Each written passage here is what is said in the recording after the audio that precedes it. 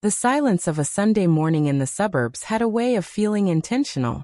It wasn't the peaceful, restorative quiet of a sleeping house, but the heavy, expectant hush that settled over manicured lawns and double garage driveways before the sprinklers hissed to life.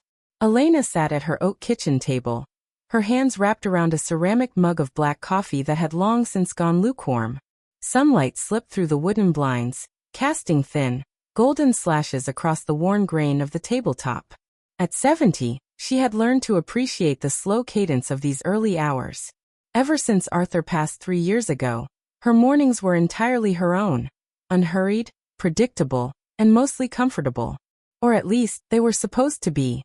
On the placemat beside her breakfast plate lay her tablet. The screen was still lit, casting a soft, blue hue against her reflection in the dark glass. A single banner notification rested near the top of the display, stark and uncompromising in its typography. Shared calendar update. Elena's 70th birthday dinner has been removed by Chloe Miller. Elena didn't blink. She didn't gasp, nor did she dramatically drop her coffee mug. She simply stared at the line of text, her thumb hovering a fraction of an inch above the glass. For months, that entry had sat on the digital family calendar, a shared schedule that spanned 3 generations, color-coded with meticulous precision by her daughter-in-law, Chloe. Lavender for Maya's soccer matches, navy blue for Marcus's corporate travel, emerald green for family dinners. And in a quiet shade of burgundy, her birthday event at the Hearth and Grill, scheduled for 3 weeks from today. Now the burgundy block was gone. Erased without an alert, without a phone call, without even a brief text offering a polite pretext. Slowly, Elena tapped the calendar app. She forced the page to refresh, watching the small sync wheel spin lazily in the center of the display. When it cleared, the grid for October reappeared. The Saturday of her birthday was completely blank. Worse still, as her eyes scanned the rest of the month, she noticed other small, surgical edits. The monthly Sunday roast at her house? Removed. The reminder for Maya's fall choir recital? Removed. Even the shared grocery list for Thanksgiving prep, a tradition she and her son, Marcus, had maintained for 5 years, showed a small red tag at the bottom. You no longer have access to this list. It wasn't a system glitch. Elena was old-fashioned, but she was far from tech-illiterate. After 40 years as a landscape architect, designing complex drainage systems and structural topographies, she understood how networks functioned. Permissions weren't revoked by accident. Entries didn't vanish into thin air. Someone had to manually click into the settings, scroll down to her name, and select Remove Access. Someone had deliberately unthreaded her from the digital tapestry of her own family. Elena leaned back into the curve of her wooden chair, the cold wood pressing against her spine. A strange, sharp stillness settled in her chest. Not panic, not even anger, but a profound, crystalline clarity. For the past 2 years, she had felt the subtle, tectonic shifts within her son's household. It had started with small things. The polite last-minute cancellations, the quiet lowering of voices whenever she walked into Marcus's kitchen, the way Chloe gently redirected Maya whenever the teenager wanted to stay the night at her grandmother's house. Asterisk, Grandma Elena needs her rest, sweetie. Let's not burden her. Asterisk. They were putting her out to pasture, wrapping their exclusion in the soft, suffocating velvet of concern. She picked up her phone, her fingers moving steadily across the glass. She tapped on Marcus's name and brought up their text thread. The last message from him was 4 days ago. A brief, 3-word reply to her question about Sunday dinner. Busy this weekend. Elena looked from her phone back to the tablet screen. She could feel the pulse in her throat, slow and rhythmic. In the quiet of her sunlit kitchen, surrounded by the framed watercolor paintings Arthur had bought her for their 30th anniversary, she realized the truth. They weren't just canceling a dinner. They were rewriting the boundaries of her life, quietly assuming that at 70, she was too frail, too oblivious, or too polite to demand an accounting. They expected her to quietly accept the silence, to sit by her phone and wait for whatever scraps of connection they deemed convenient to throw her way. Elena took a slow sip of the cold coffee, set the mug down with a soft, decisive clink, and closed the tablet cover. The quiet room offered no answers, but as she stood up and walked to the window to look out at her garden, A cold resolve took root beneath her ribs. If they wanted to play a game of hidden moves and silent subtractions, they were about to learn that the woman who built her career breaking hard ground wasn't about to be swept away like fallen leaves. The morning air held the crisp, turning edge of mid-autumn as Elena steered her decade-old Volvo down the tree-lined avenues of Oak Ridge Estates. The neighborhood was an exercise in practiced suburban perfection. Uniform manicured lawns, pristine slate roofs, and asphalt so clean it looked scrubbed. It was the kind of place where privacy was fiercely guarded behind automated iron gates and tall, ornamental hedges. Elena kept her hands firmly at 10 and 2 on the leather-wrapped steering wheel, her knuckles white against the dark trim. Beside her on the passenger seat sat a heavy ceramic Dutch oven, wrapped carefully in a checked kitchen towel. Inside was a slow-simmered beef shank stew, a dish Marcus had adored since his teenage years, rich with root vegetables, red wine, and fresh thyme from her greenhouse. She hadn't called ahead. In the past, she would never have dreamed of dropping by unannounced. She respected boundaries, perhaps to a fault. But boundaries, she was beginning to understand, were double-edged. When used by people like Chloe, they weren't designed to protect relationships. They were engineered to erect walls so high that no one inside had to look you in the eye. Elena pulled into the curved concrete driveway of her son's two-story craftsman home. A sleek silver SUV sat parked near the garage, Chloe's car. Turning off the ignition, Elena sat in the quiet cabin for a long moment, watching the soft amber leaves drift down from the silver maples lining the property. She took a deep, measured breath, letting the steadying calm she had cultivated over decades of professional life wash over her. Then she unbuckled her seatbelt, gathered the warm ceramic pot into her arms, and stepped out into the chilly autumn afternoon. The gravel crunched beneath her low leather boots as she walked up the stone pathway. Before she could press the brass ring of the doorbell, the heavy oak front door swung inward. It was Maya. The 16-year-old was wearing her school track jacket, her hair pulled back into a messy high ponytail. Her face lit up instantly, an unvarnished spark of genuine warmth that cracked through the heavy tension Elena had carried all morning. "Grandma." Maya pulled the door wider, her young voice echoing into the high-ceilinged foyer. "What are you doing here? It smells amazing." "I had some spare time yesterday afternoon, sweetie," Elena said, stepping inside as the warm scent of floor wax and vanilla-scented candles greeted her. She managed a gentle, genuine smile. "I made that beef stew your dad loves so much. I thought I'd drop it off before the weekend got away from us." "You're the best. Dad was just complaining yesterday that—" "Maya, who is at the door?" Chloe's voice cut through the air like a paper cut, smooth, perfectly modulated, and entirely devoid of warmth. A second later, Chloe appeared at the top of the short flight of stairs leading from the kitchen. She looked, as always, immaculate.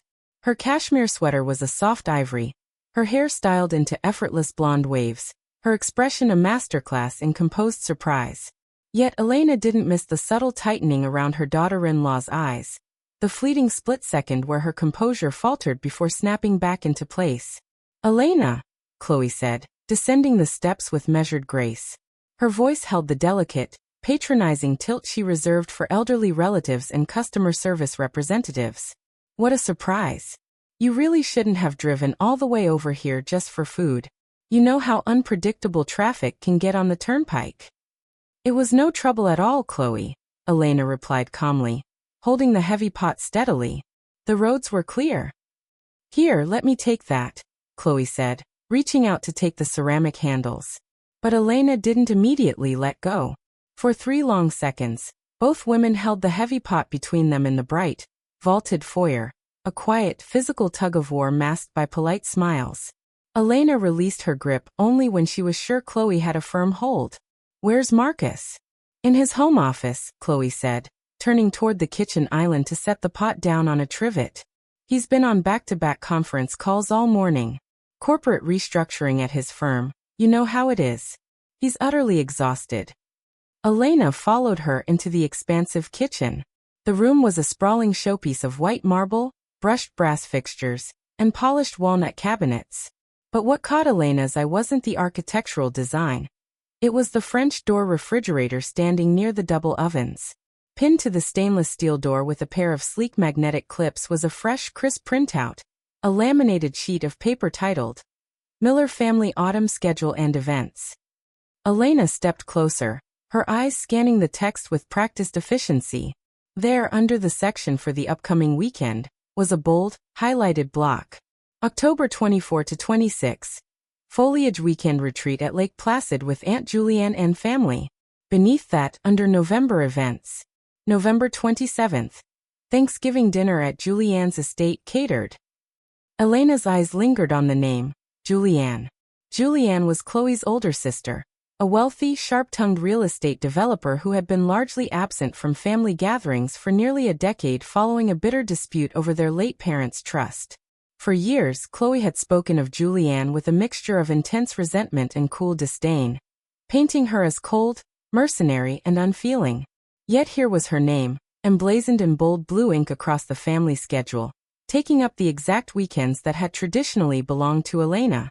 "I see you've been busy organizing," Elena said quietly, her voice smooth and devoid of tremor as she pointed toward the fridge.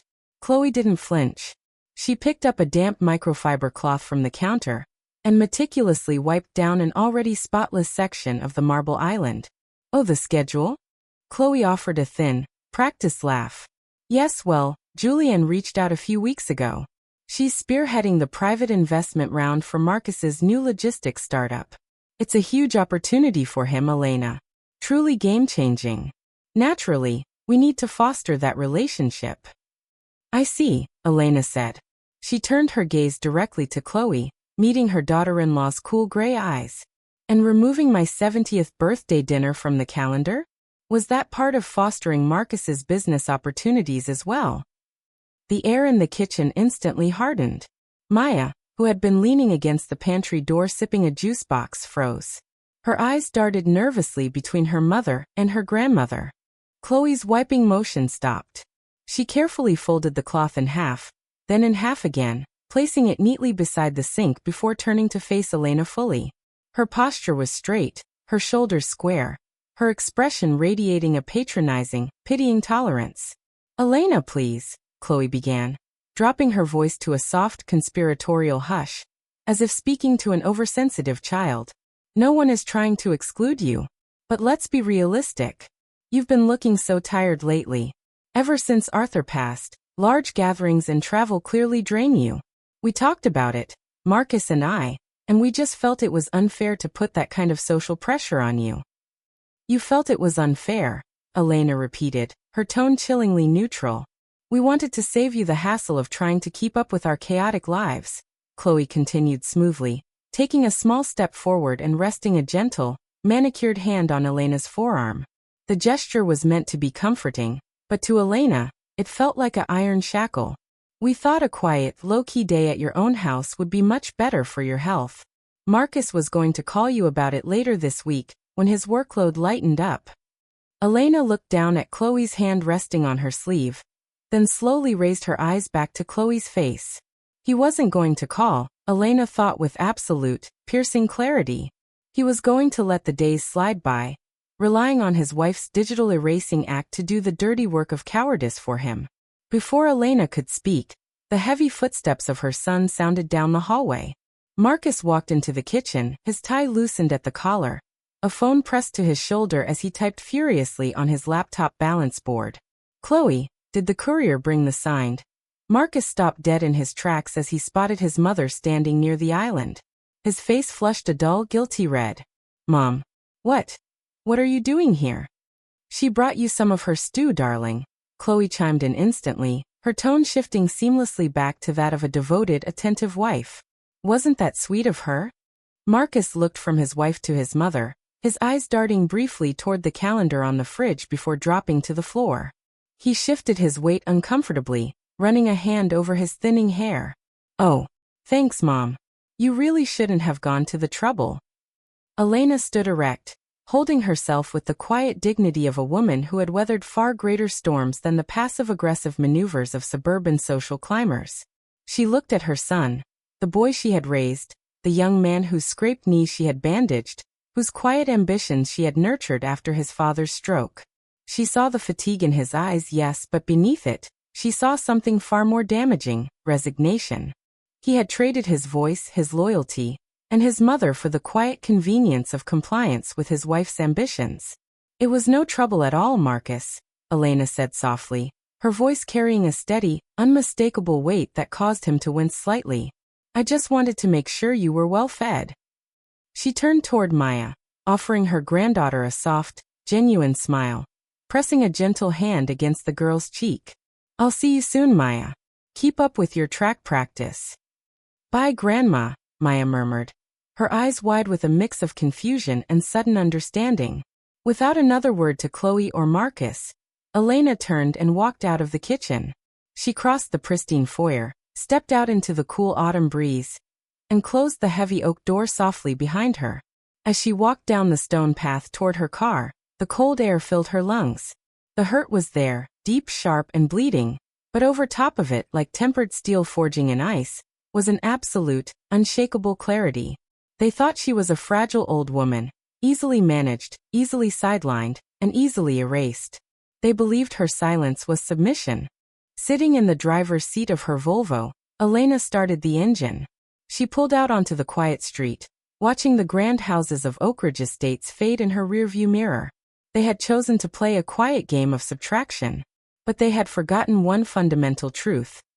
Elena spent 40 years studying the foundations of things. And when you decide to hollow out a family's foundation, you had better be sure you aren't standing underneath it when it shifts. The drive home was spent in absolute, unhurried silence. Elena turned off the radio, choosing instead to let the low hum of the Volvo's engine anchor her thoughts as she navigated the familiar suburban arterial roads. The trees overhead swept past in streaks of brilliant crimson and burnt orange, but her mind was miles away, methodically dismantling the polite illusions she had relied on for the past 3 years. When she arrived back at her small, 2-story craftsman house, the home she and Arthur had purchased 40 years ago and spent decades restoring, she didn't go inside immediately. Instead, she walked around to the backyard. Her garden was entering its autumnal dormancy. The hydrangeas were papery and pale brown, the soil damp with fallen leaves. Elena knelt by her perennial beds, pulling a small pair of gardening shears from her apron pocket, and began trimming back the dead stalks of the autumn anemones. The repetitive, physical work grounded her. Snip, snip. Clear the decay to make room for what lies beneath. By 7 o'clock that evening, night had settled over the neighborhood. Elena made herself a cup of chamomile tea, brought a thick manila folder from her study, and sat down at the kitchen table. She opened her phone. She didn't text Marcus. She didn't send a bitter paragraph to Chloe. She simply watched the phone rest beside her tea, waiting to see how long the radio silence from her son would last. An hour passed, then 2. At 9:15 p.m., the screen lit up with a text message. It wasn't a call. Marcus rarely called anymore when he felt guilty. It was a text. Hey Mom, sorry I was so distracted earlier. Work is just completely insane right now. Chloe told me you guys talked about the calendar stuff. I know it feels a little sudden, but Julianne's firm is really holding the keys to our funding round. We just have to prioritize these networking weekends for a bit. Hope you understand. Love you. Elena read the message 3 times. It was a masterclass in deflection. Written by Chloe, typed by Marcus. The word understand was doing heavy lifting, subtly framing any potential grievance from Elena as unreasonable or unsupportive of her son's career. It was designed to make her feel selfish if she protested. Slowly, Elena tapped out a brief response. I understand completely, Marcus. Get some sleep. She set the phone face down. The hurt had receded, replaced entirely by a cold, architectural resolve. She pulled her tablet toward her and tapped open her web browser. Elena wasn't going to fight Chloe in a shouting match over Sunday roasts or birthday dinners. That was a game played on Chloe's home turf, where emotional manipulation and passive-aggressive performance always won. If Chloe wanted to use the family as a chessboard to consolidate power and status, Elena would look at the rest of the board. She opened an encrypted cloud storage service, one she had used for years to archive her firm's blueprint property titles and legal deeds. She clicked Create New Shared Vault. She named the vault Project Arbor. Then she began selecting files from her hard drive. Elena was a meticulous record keeper. Arthur had been a certified public accountant, and during his final years when his health was failing, he had taught Elena how to trace paper trails, read corporate filings, and organize legal archives. When Arthur's estate was settled, Elena had taken custody of all the old family ledgers, personal correspondence, and trust documentation. Among those files was a folder labeled Julianne and Chloe, Trust Dissolution 2016. Elena unlocked the folder. Her fingers moved over the keyboard with practiced precision. 8 years ago, when Chloe and Julianne's parents passed away, their estate had been divided into a family trust.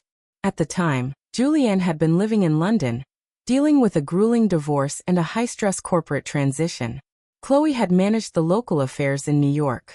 When the trust was finalized, Julianne had received a significantly smaller share of the liquid assets, accompanied by a formal letter signed by their late father's estate attorney stating that Julianne's past personal debts to the family had been deducted from her portion. The sisters hadn't spoken since. Julianne believed her father had disinherited her out of spite, and Chloe had played the dutiful, grieving daughter who merely carried out the family's wishes. Except Elena knew the truth, because Arthur had been the quiet, uncompensated advisor who reviewed the tax filings for that exact estate.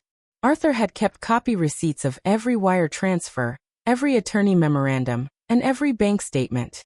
Tucked deep within those records was a series of emails from an account created by Chloe, instructing the estate attorney to reallocate funds to cover unspecified family advances made to Julianne, advances that had actually been deposited directly into Marcus and Chloe's first home mortgage down payment. When Julianne had tried to question the numbers back in 2016, Chloe had quietly told her sister that it was Elena who had insisted on enforcing the strict terms of their father's old wishes, claiming Elena held the original ledger notes. Chloe had framed Elena as the cold, rigid mother-in-law who meddled in her late husband's accounting, effectively shielding herself while letting Julianne direct her rage at Elena and Arthur. For 8 years, Elena had carried that secret to protect Marcus.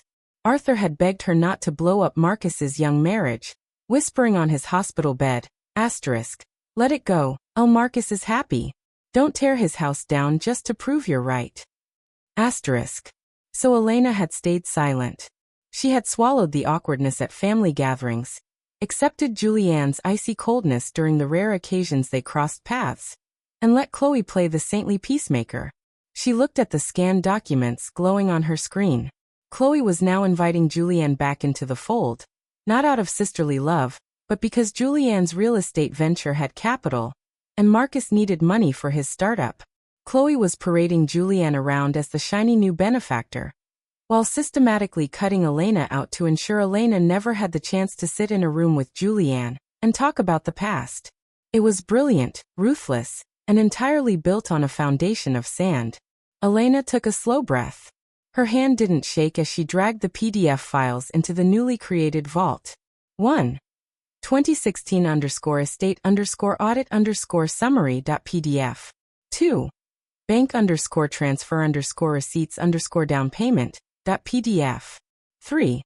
attorney_correspondence_reallocation.pdf. She didn't upload them to ruin Marcus. She uploaded them because she realized that protecting her son from the consequences of his wife's deception was no longer an act of love. It was an act of enablement.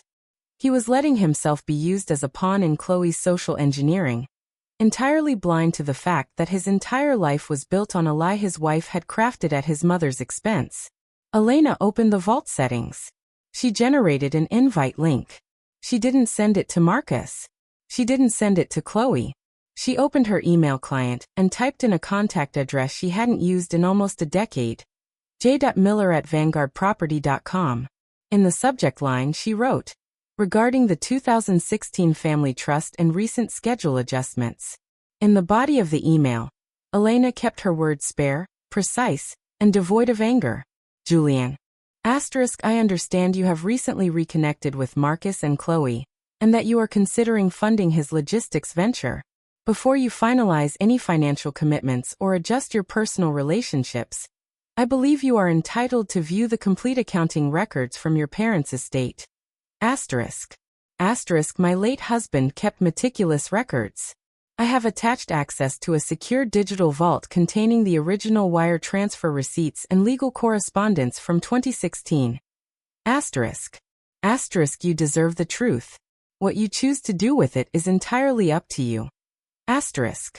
Warmly, Elena Miller. Elena hovered her cursor over the send button. For a brief second, the image of Arthur flashed in her mind, his quiet voice, his gentle plea for peace. Asterisk, don't tear his house down, Elle. Asterisk. She looked out the window at the dark, silent street. I'm not tearing his house down, Artie, she thought softly. Asterisk, I'm just taking away the false foundation. If his marriage can't survive the truth, it was already broken. Asterisk. Elena clicked send. A small chime signaled the message had left her inbox. The screen returned to her blank draft page. The quiet room offered no immediate applause, no sudden dramatic shift in the atmosphere. Outside, a gentle night wind rustled the dried hydrangeas in her garden. Elena closed her laptop, picked up her empty teacup, and walked to the sink. As she washed the porcelain under warm running water, she felt a profound, still calm settle over her shoulders. The game of quiet exclusions was over. The truth was out in the open, moving through the digital ether, impossible to recall and impossible to erase. The morning after sending the email, the sun rose over a world that appeared entirely unchanged, yet felt fundamentally altered. Elena went through her morning routine with deliberate slowness. She boiled water for tea, fed the sparrows in the backyard, and wiped down the kitchen counters. She kept her phone on the table, ring volume turned up, but it remained silent through breakfast, through mid-morning, and into the late afternoon. She knew how corporate legal departments operated. Julianne was a sharp, calculating business executive. She wouldn't react with an immediate, frantic phone call or an emotional text. She would print the documents. She would cross-reference the bank receipts with her own records from 2016. She would call her attorney to verify the signatures. The silence wasn't a sign of failure. It was the quiet before a structural shift. It was 4:30 p.m. on Friday when the first tremor hit. Not from Julianne, but from Maya.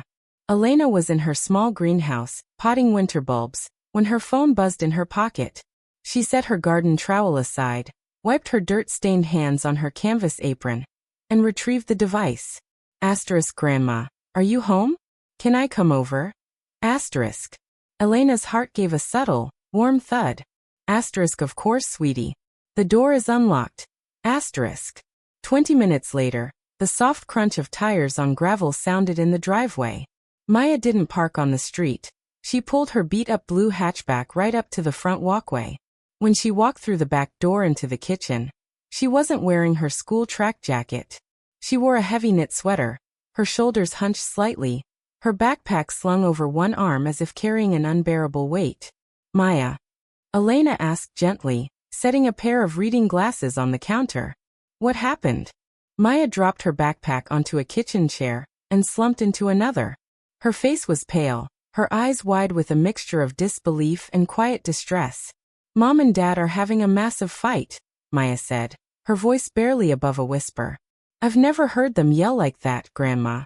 Never. Elena didn't rush to offer hollow platitudes. She walked over, filled a glass with cold water from the pitcher, and set it down in front of her granddaughter. Take a breath, Maya. Tell me what happened, if you want to. Maya took a small sip, her hands trembling slightly against the glass. It started about an hour ago. Dad came home early from work. He looked furious, which he never is. He had a stack of printed papers in his hand. He slammed them on the kitchen island in front of Mom. Did he say where they came from? Elena asked, keeping her tone strictly neutral, anchored in calm. He said Aunt Julianne called him. Maya said, looking up at Elena with searching eyes. He said Julianne pulled out of his startup investment completely. She froze the bank accounts they were setting up together. And then Dad started screaming at Mom about an estate trust from years ago. He kept saying, "You lied to me. You made me hate my own mother for 8 years." Elena closed her eyes for a brief second, letting the weight of those words settle into her chest. The truth had finally landed where it belonged. Not as a weapon aimed at Chloe, but as a mirror held up to Marcus. Mom tried to brush it off, Maya continued, her voice tight. She told him it was all misinterpreted accounting, that Julianne was crazy, and that you were just trying to ruin our family because you were bitter about getting older. But Dad didn't believe her. He kept pointing at the signatures on the papers. He told her she was sick. Maya looked around the warm, familiar kitchen. The watercolor paintings, the wooden cabinets, the quiet order that had always defined her grandmother's house. Grandma, did Mom really do that? Maya asked softly, her eyes brimming with sudden, heavy tears. Did she try to push you away so no one would find out? Elena sat down in the chair opposite Maya. She reached across the table and took the teenager's cold hands in her own. Her grip steady, warm, and firm. Your mother made choices a long time ago, Maya, Elena said gently, refusing to use bitter or vindictive language. She believed those choices would protect her family and secure her position. But when you build things on secrets, eventually the weight becomes too heavy to hold up. She made me think you were just tired, Maya sobbed softly, wiping her cheek with her sweater sleeve. She made me feel guilty every time I wanted to come over here. She kept saying you needed space, that you were getting confused and overwhelmed. I know, sweetie. I know, Elena murmured, her voice dripping with envy. A profound, quiet empathy forged through years of patient endurance. You don't need to carry any of their guilt. None of this is your burden. Before Maya could reply, the harsh, loud ring of Elena's phone shattered the quiet of the kitchen. The caller ID displayed Marcus's name. Maya froze, her eyes locked on the screen. Elena looked at the blinking numbers, felt her pulse steady itself, and slid her thumb across the glass to answer. She placed the phone on speaker, setting it down on the table between them. Hello, Marcus. Mom. His voice didn't sound like the confident, polished corporate executive, nor did it sound like the dismissive, distracted son who sent 3-word texts. It was cracked, hollow, and breathless. The sound of a man standing in the ruins of a life he thought he knew. Mom, is Maya with you? He rasped. Her car wasn't in the driveway. She's right here, Marcus, Elena said calmly. She's safe. She's drinking a glass of water. A long, agonizing silence stretched across the line. Elena could hear his ragged breathing, the distant, muffled sound of a door slamming in his house miles away, and then a quiet, desperate exhale. I have the papers, Mom, Marcus whispered, his voice trembling so hard the speaker rattled slightly. Julianne emailed them to me an hour ago. All of them. The bank transfers, the attorney notes, the emails from Chloe's old account. Elena stayed quiet, giving her son the space to speak his own realization. She told me you were the one who insisted on cutting Julianne out. Marcus choked out, a raw sob breaking through his composure. For 8 years, Mom. 8 years I thought you were being cold and spiteful to Julianne. I let Chloe manage everything because I thought she was trying to keep the peace. I let her slowly pull us away from you. Marcus, Elena said, her voice dropping an octave, rich with maternal gravity. Look at me, listen to me. You didn't know. I should have known. Marcus cried out, the despair bursting out of him. I should have asked you. I should have looked at the ledgers myself instead of just taking her word for it, because it was easier. I was a coward, Mom. I was so busy trying to build my firm, trying to keep Chloe happy, trying to keep up with everyone else in this damn neighborhood, that I let her erase you right in front of me. Maya sat across from Elena, tears streaming down her face, but she didn't interrupt. She listened to her father's unraveling with a solemn, painful clarity.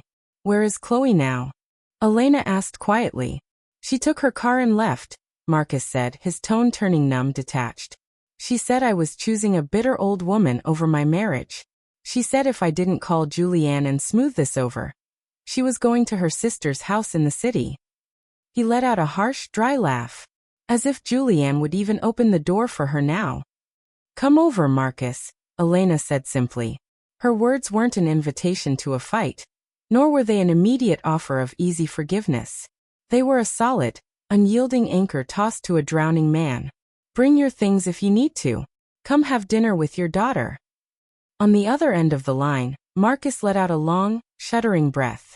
I don't know if I can look you in the eye, Mom. You can, Elena replied, her voice firm, unwavering, and clear as ringing crystal. Because we are done hiding behind schedules, texts, and quiet exclusions. Step out of the house, get in your car and come home. The call ended with a soft click. Elena looked across the table at Maya, who wiped her eyes and offered her grandmother a faint, brave smile. Elena stood up, walked to the pantry, and pulled out a fresh loaf of sourdough bread and a block of sharp cheddar cheese. The storm had broken over her family's house, shattering the polished, hollow facade Chloe had constructed. But as Elena set the cutting board on the counter, she knew that storms didn't just destroy, they cleared the air. And for the first time in 8 long years, her family was finally going to breathe the truth.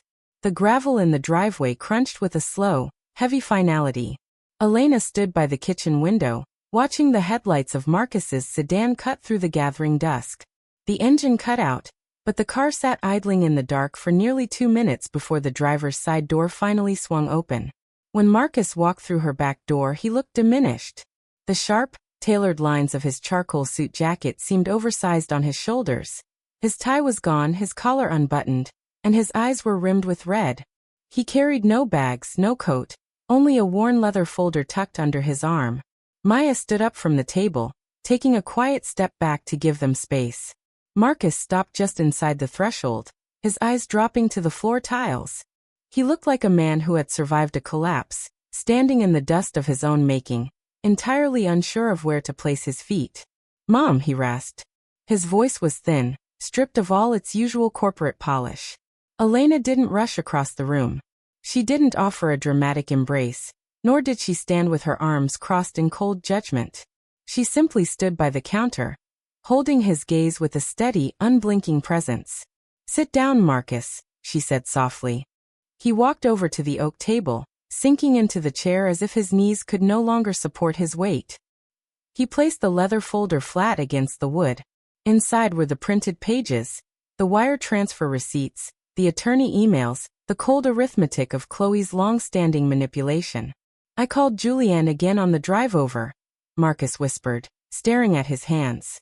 "She wouldn't talk to me for long. Just said she was sorry I was married to a fraud, and that she's keeping her legal team on standby in case Chloe tries to contest anything." He let out a dry, hollow breath. "She said you were the only person in this family who ever had an ounce of integrity." Maya looked at her father, her young face a mix of pain and profound pity. "Dad, is Mom coming back?" Marcus closed his eyes, his jaw tightening as he fought to keep his composure. "I don't know, Maya. Right now. I don't think she can fix what she broke." He looked up at Elena, his vision swimming with tears. "She told me on the phone 20 minutes ago that if I didn't destroy these papers and tell Julianne it was a misunderstanding, she's filing for divorce."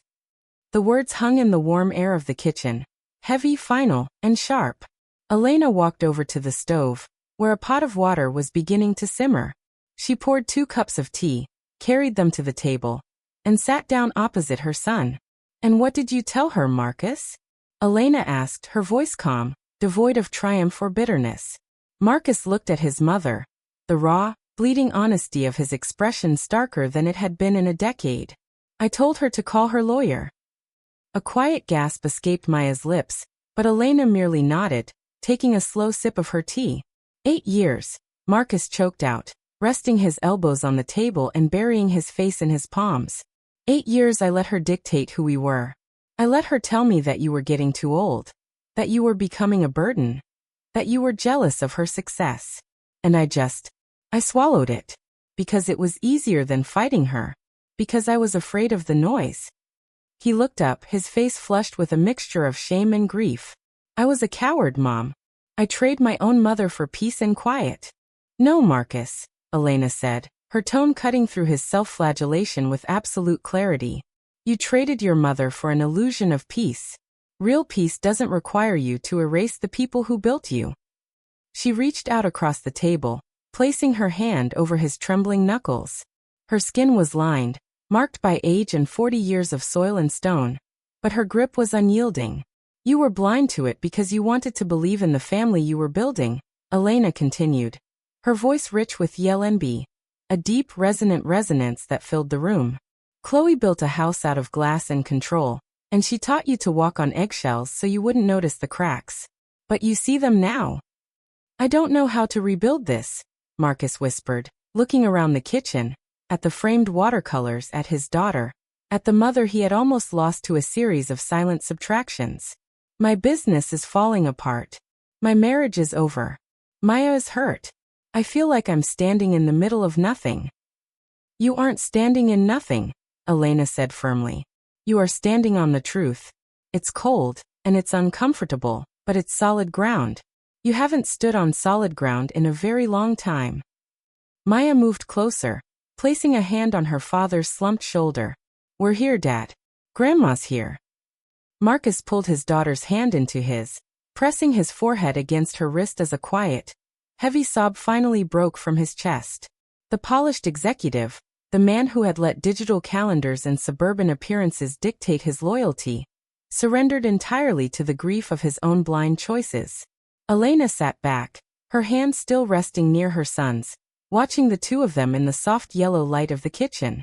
The shock was over. The shattering was complete. There would be grueling months ahead.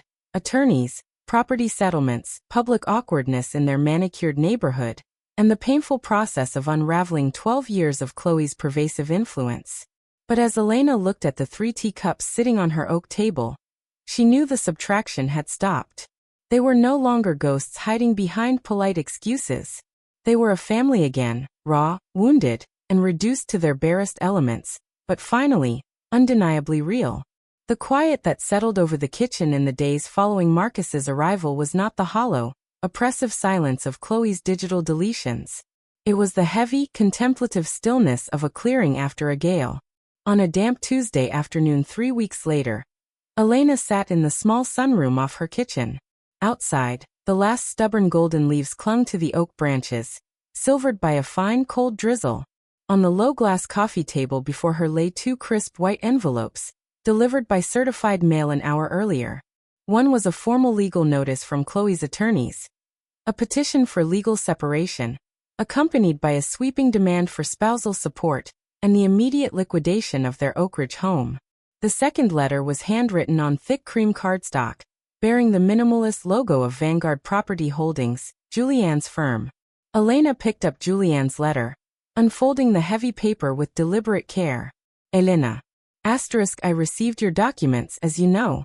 I won't pretend the past 8 years can be erased with an audit summary, nor will I pretend I don't feel a profound, embarrassing regret for how easily I allowed Chloe to turn me against you and Arthur. I have formally severed all business associations with Chloe. Regarding Marcus, I have instructed my venture team to resume evaluating his logistics platform, not as a family favor, but because his core architecture is sound. Once freed from Chloe's predatory accounting. Thank you for having the courage to speak when silence would have been easier. I would like to come by for tea next month, if you'll have me. Sincerely, Julianne. Elena set the letter down and smoothed the crease with her thumb. There was no triumphant surge of pride in her chest, only the quiet, deep satisfaction of a master mason watching a crooked wall finally brought down to level ground. The back door opened with a soft click, followed by the familiar thud of work boots on the mat. Marcus walked in, carrying a cardboard box filled with files from his old home office. He looked thinner, the lines around his eyes deeper, but the hollow, haunted look that had shadowed him for years had begun to recede. His posture was different, unburdened by the constant, exhausting effort of maintaining a performance he didn't believe in. Hey Mom, he said, setting the box down near the hall closet. Maya just finished track. She's parking her car out front. Tea's hot, Marcus, Elena replied softly, nodding toward the kettle on the stove. He poured himself a mug and walked into the sunroom, his eyes falling on the 2 letters resting on the table. He didn't flinch at the sight of his wife's legal heading. She called me this morning, Marcus said, taking a slow sip. His voice was level, grounded, and entirely devoid of the panicked compliance that used to define his interactions with Chloe.